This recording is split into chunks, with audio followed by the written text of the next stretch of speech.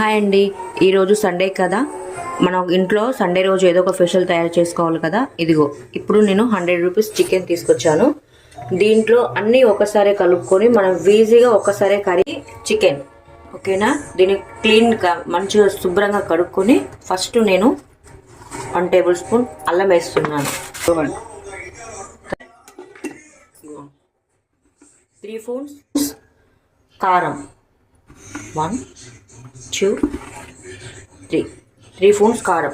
ఒకవేళ ఎక్కువ కారం తినేవాళ్ళు ఇంకో 2 స్పూన్లు వేసుకోవచ్చు, లేకపోతే ఒకటైనా వేసుకోవచ్చు. తక్కువ తింటే వాళ్ళు తక్కువ స్పూన్స్ అయినా వేసుకోవచ్చు. సాల్ట్ రుచికి తగినంత, టేస్ట్కి తగినంత, ఓకేనా. 2 పచ్చిమిర్చి డైరెక్ట్గా వేసుకోవాలి. ఒక 2 టమాటో, పుదీనా, 4 రెబ్బల పుదీనా, కొత్తిమీర. ఇవంతా ఇలా వేసుకున్న తర్వాత మొత్తం మిక్స్ చేయాలి, ఇలా కలపాలి అన్నిటిని. చూడండి, చాలా టేస్టీగా చాలా బాగుంటుంది. ఇలా ఒకసారి అన్ని మిక్స్ చేసి డైరెక్ట్గా మనం కుక్కర్లో వేసుకోవాలి. ఆయిల్ పోసుకొని, దీనికి తగ్గంత ఆయిల్ పోసుకొని కలుపుకుంటూ దాంట్లో వేసుకోవాలి. ఇప్పుడు కుక్కర్ పొయ్యి మీద పెట్టుకొని దీంట్లో 2 పావుల నూనె పోసుకొని అన్నీ మిక్స్ చేసుకున్నాక ఈ మిక్స్ మొత్తం దీంట్లో వేసేయాలి.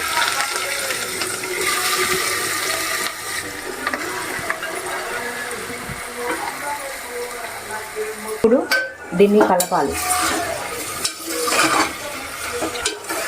దీన్ని ఇలా కలపాలి, మిక్స్ చేయాలి. మొత్తం